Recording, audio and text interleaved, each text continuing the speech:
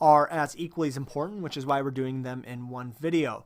So it's one thing to be able to teach you, oh yeah, go down this road, but there's going to be little cross paths and little turnoffs down these good, profitable roads.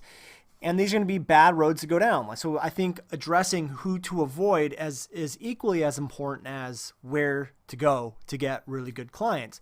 So, you know, sometimes I could go after a chiropractor and that would be a goldmine niche. But some chiropractors might have these red flags going that come up and tell me, you know what, this may not be a very good person to go with because payments are going to be late. They're going to try to haggle me down. They're always going to be checking up on me and things like that. So we're going to dive into both. I've made a lot of mistakes and I'm still currently making some mistakes. I mean, I've been doing this for a long time, but I'm still making mistakes of like taking on the wrong clients. And I don't want you guys to do that. And I want to make sure that we identify what those are. So why don't we go ahead and get into this? This is what we're going to cover in this video.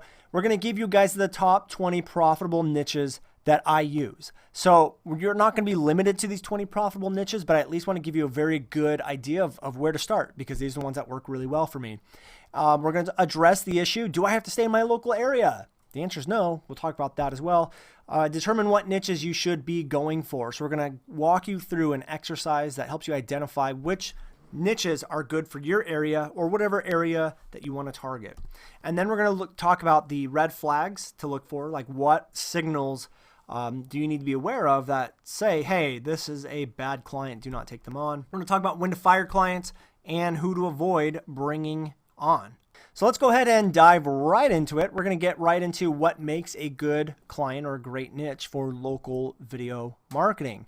So one of the things that I take into account, which is probably the most important thing in my mind, is bringing on customers that have high new customer values themselves. So this means that every new customer I bring them is worth a lot of money.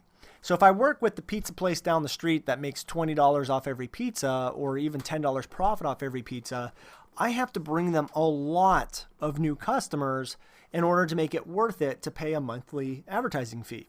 But if I go after, you know, like high-end real estate agents who make 5 to 10 grand off of every new house that they sell or help someone buy, is a big difference. Like I may only have to get them one client a month in order to charge them a couple $1,000s. Same thing with plastic surgeons and chiropractors and different things like that. So we want to take on people or go after niches that have high customer values themselves. Okay, so we're going to talk about that.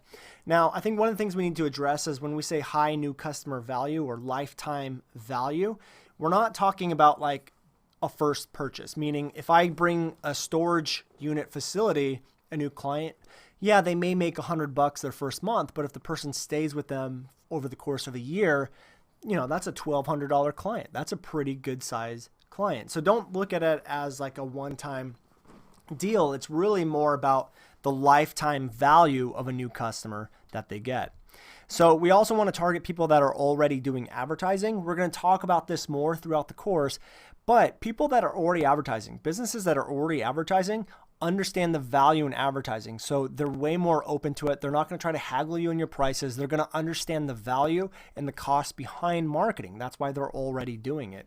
So you also want to look for businesses that have repeat customers, dentists, chiropractors, hair salons, even air conditioning units that get people on maintenance and stuff like that, storage units. Those are all great businesses that have repeat customers. Again, we want to bring or find companies that have high lifetime value customers, and repeat customers are high lifetime value customers, meaning that they come in over and over and over again, and over the course of a new customer, their entire life could be worth tens of thousands of dollars, like a lot of money. So repeat customers is always good. And then a business where everyone kind of needs them. Now, this isn't going to be every business, and not every niche is going to fall into every single one of these categories, but you want to try to make sure they at least have some of these categories going. So a niche that everyone needs would be things like dentist, things like even chiropractor sometimes. I mean, obviously it's only if you have back pain, but even things like doctors. A lot of the medical fields will be businesses that everyone kind of needs. Again, you're not going to find a niche that has every single one of these, but you definitely want a niche that has a lot of these in there. So you also want to work with or try to go after niches that offer services that affect emotions or play roles into emotions. And so one way to look at this is kind of like the pet resort niche, which is a new up and coming niche that we've been playing around with a little bit. And you'll see that throughout the course because it plays off people's emotions. People get emotional about their dogs and their pets. It's almost like having a kid. And so when you can tap into the emotions, it makes marketing very, very easy. And people are willing to pay for that type of stuff because of the people that they love or the animals that they love. Another one would be children. People pay a lot of money for the well-being of their kids or making sure the kids have the best things. Same with their pets. So services that play into emotions, even things like weight loss or liposuction, stuff like that, play off of emotions. And those are good businesses and niches to go off of because marketing becomes very easy. It's very easy to write copy, to create ads, to create videos that tap into those emotions to get people to move. So that's another reason why we target those types of businesses. And then businesses that already have some kind of success, that have cash flow. Good indicators of this are businesses that have employees already, businesses that have been around for a long time, businesses that are not run down. So you want to look at those key things that show you this business has cash flow, this business is doing well. And those are the types of businesses you want to go after. It makes kind of common sense. You don't want to go after businesses that are struggling with money, even though it may make sense because, the businesses that are struggling may need help so they're not struggling anymore. But really, we want to go after the successful businesses that want to grow to even bigger success because they already have money. They understand advertising. They know how to grow a business, and that's who we want to work with. You also want to go after niches that have high demand or big keyword search numbers. So we haven't talked about keyword research yet in the course. So if you've jumped ahead, you may know what this is, but we're going to talk about keyword research. So you can actually look into Google and see how many times people are looking for that type of business. Like if I'm working with a Los Angeles dentist, I can physically go in and see how many people a month are typing in Los Angeles dentist into Google. And businesses that have high demand and high search volume are ones that I typically want to go for because I know the demand is there, the need is there. People are looking for that type of business, which means marketing and bringing them results is going to be very easy. And then obviously we want to go after businesses that have low competition. So usually the higher demand and bigger search volume, the more the competition kind of goes up. But we don't want to go after like super competitive things like going after, plastic surgery nationwide. That's just way too competitive, way too many people are going for it. But maybe going after like Camarillo plastic surgery may be a little bit better. And even though the search volume will be kind of smaller, there's less competition, which means that I can get ranked easier. And since those are high lifetime value customers, meaning people could pay 20 grand for a plastic surgery, I don't need a lot of search volume and demand to be able to give them a return on investment. So these are what you should kind of take into account when you're thinking about going into a niche. We're going to go through an exercise here in a little bit that will help you determine what niches are great for you, what niches are great for your area, where to start, because this may be a little bit overwhelming, but I do want you to keep this in mind as we move through this video. So here's the top 20 profitable niches that I use. And again, I'm going to give you guys a disclaimer here. You are not limited to these 20 niches. There are a lot more profitable niches out there. These are just the ones I've used in the past, and these are a good place to start if you're starting fresh. So let's go ahead and reveal them. We have self-storage, restaurants, wedding venues, wedding photographers, wedding catering, other wedding or event type businesses, physical therapists, permanent makeup or tattoo makeup, like permanent tattoo makeup, CPAs, accountants, chiropractors, HVAC or air conditioning type companies, pest control, carpet cleaning, but only if they have high search volume because carpet cleaning typically is not that expensive. So we want to make sure there's a lot of search volume for it. We have dentists, plastic surgeons, medical professionals, medical facilities. So this could be things, like addiction treatment or other things like birthing centers and stuff like that. Medical facilities, because medical field is really high lifetime value customers. We also have construction companies, because to remodel a kitchen is thousands of dollars, or even custom home builders, which we've played with a little bit and done really well with, because a custom home build could literally be millions of dollars. And so you could bring them one customer a year and they could make a huge ROI. So I really like the custom home builder niche. There's also birthing centers, doulas, midwives. I only know this because my wife is currently pregnant as I make this video with our second child, and so this stuff is expensive. And then high-end real estate agents, which is a niche we're really diving into. Now, if you look at these 20 niches and you look at the topics we just went over on the slide before this, you'll notice every single one of these niches falls into a lot of those categories we talked about. Either they have high lifetime value customers, they have repeat customers. Like if you look at restaurants, sure, a bill may only be $50, but if people come in, they're brand new customers, they like the food, and they turn into a customer for life, that could be, worth thousands of dollars over the course of a year. So you look at all of these niches, and they're all made up of all the categories we talked about right here. Let me pull it up. Right here. Right? Every single one of these 20 niches falls into multiple categories from this slide right here. So if we go through this, that's why these are the top profitable 20 niches. I've gone into almost every single one of these niches, and they all do really, really well. So again, you're not limited to just these 20 niches, but this is a really good list of where to start, where to target. You want to pick a couple of them and start going after them. Okay, so now what I want to do is go through an exercise with you guys so that you can kind of determine what's going to be a good niche for you, what's going to be a good industry for you to go into as you start approaching a new city. So if you decide to go in your local area, great. If you decide to, expand outside your local area and go after a bigger city, it's always good to go through this exercise to see what niches are great in that area, what niches are going to be good customers for you, because sometimes different cities have different results, meaning like Camarillo, California, out here in Southern California, could have a completely different niche that works really well than, say, like New York, New York. So a good example of this would be maybe skincare. A skincare facility, which is a medical facility out here in California, may do really well because of the sunshine and people always, born and raised at the beach,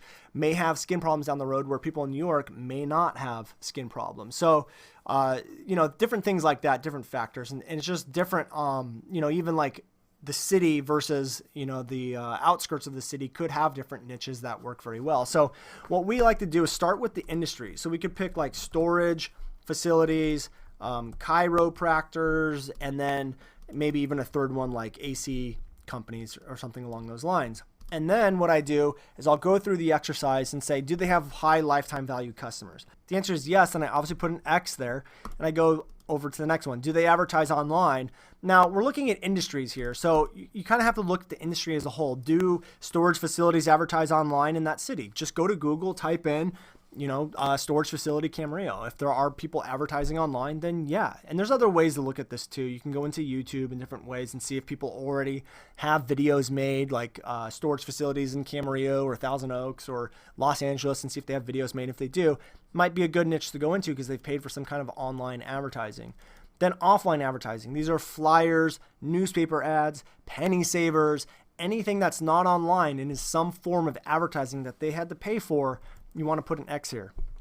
Again, what we're doing is we're looking overall as the industry. And then do they have new customer bait? Meaning, yes, they advertise online. Yes, they had some offline advertising. On that advertising, did they have some kind of lead magnet bait? Usually this is something like a special, an added service, a free quote, a buy one, get one free, something to lure new customers in. If the answer is yes, then you want, put an X there. Now, I don't always stay away from people that don't have this, but this is a really good sign that if they have some kind of new customer bait, that they already have a proven sales funnel up, meaning that they're already running advertising, they're already making money off their advertising, they already know how to convert leads into sales. And that's a very important thing to kind of consider when you start working with new customers, because all you need to do is set up your video marketing with Facebook ads, YouTube ads, and ranking, and then funnel people right into the sales process they already have developed. You don't have to help them develop the sales process. And so the way I look at this is if they're advertising online and offline and it just says, call us today and get your teeth cleaned, and there's no kind of special or something to lure them in or something to separate them from everyone else, then I leave this blank. So you kind of want all three of these checked off because that's going to be a really killer, great customer. Now, if they're missing a couple boxes, that's still okay. What you're going to see as we go through this, we're going to go after the ones that have the most check marks here because they're going to be the best customers and the easier sales or the easiest to sell. So then we ask, are they doing SEO? And do they have enough search volume? Like, are they already on page 1?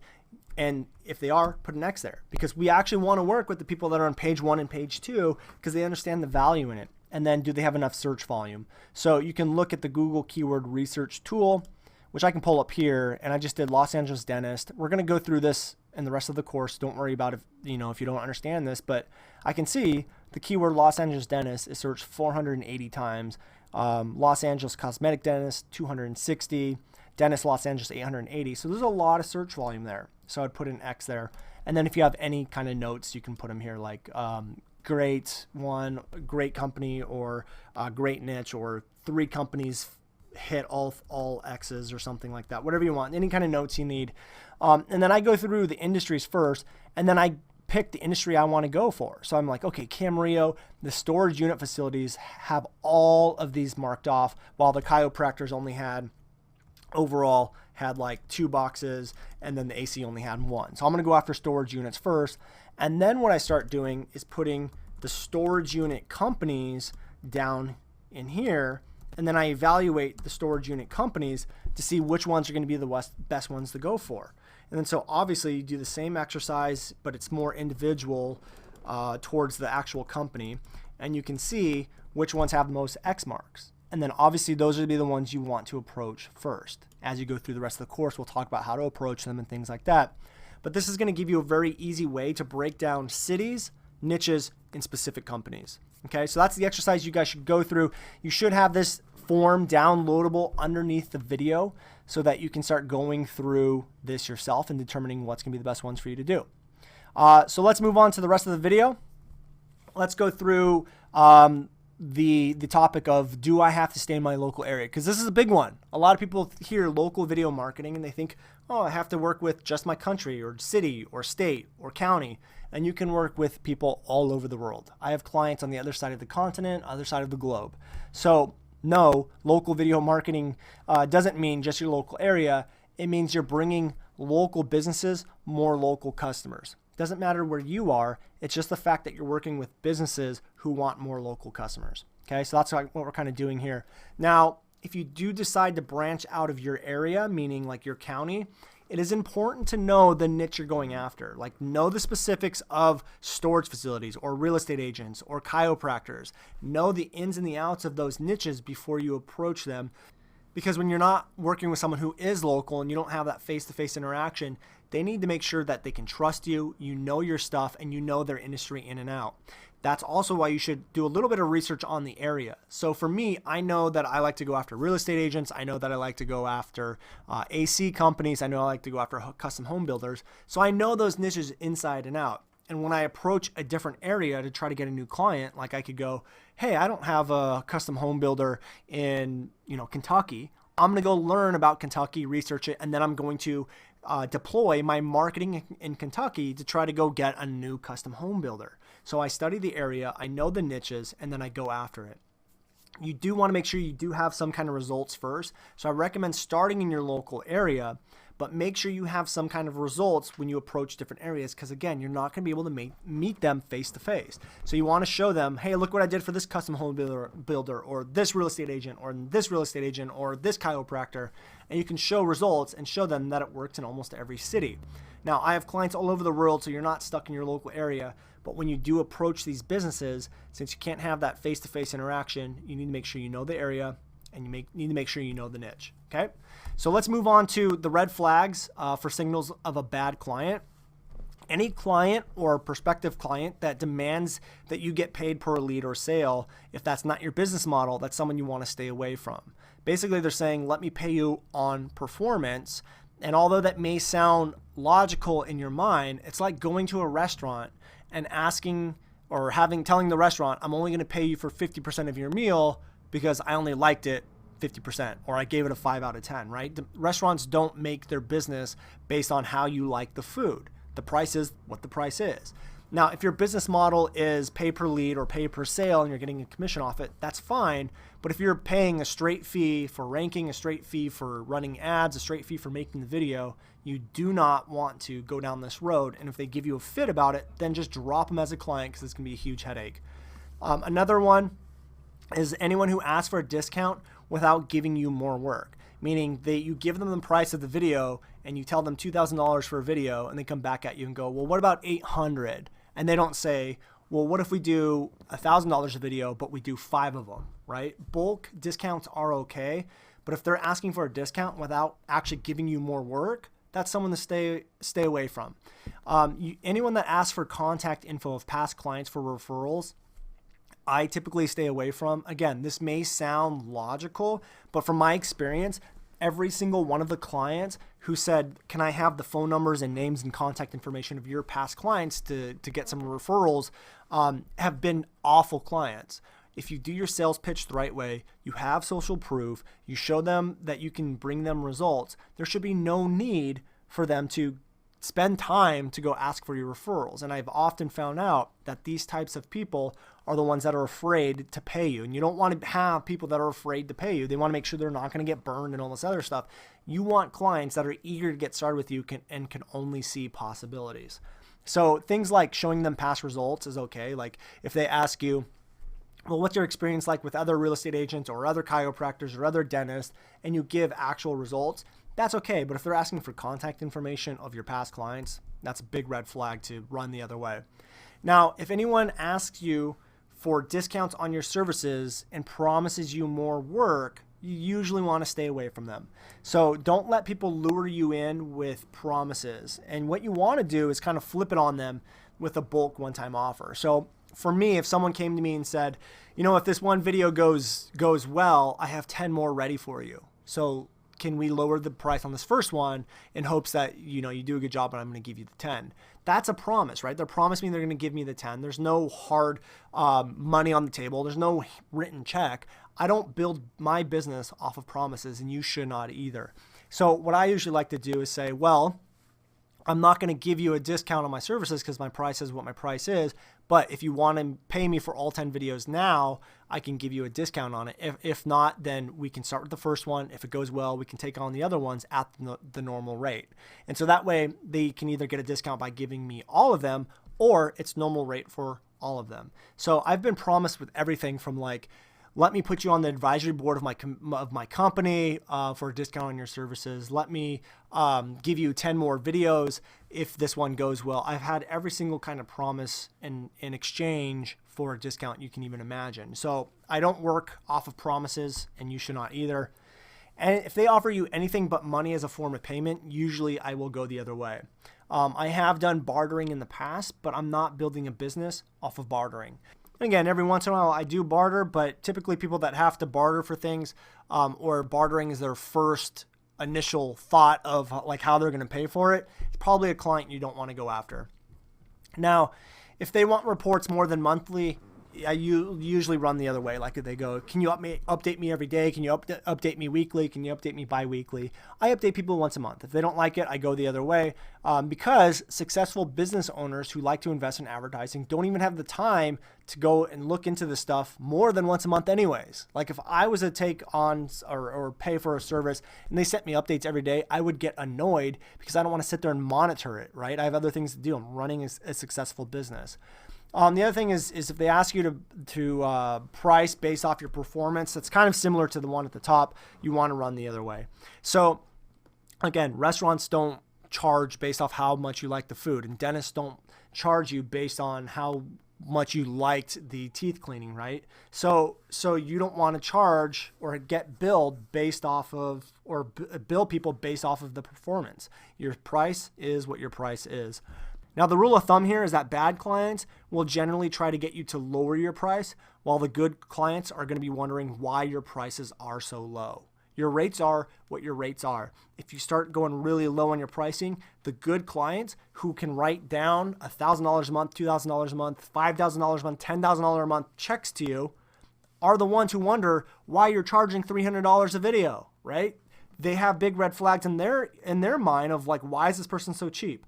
Why does this person charge so low? Are they going to be able to get me the results? But if you're sitting there charging them $5,000 a month, $1,000 a month, even $500 a month, it makes more sense to them because they pay a lot of money for advertising. So the good clients you want are used to high prices. So keep that in mind. So that's it for this video. Hopefully we helped you guys determine some goldmine niches to go for in your area or whatever area you want to go for, and gave you some big red flags to look for. Now, remember to download your worksheet underneath this video, go through that exercise, and it's going to give you a very good path to start down a very profitable road of local video marketing. So let's move on to the next video. I'll see you guys there.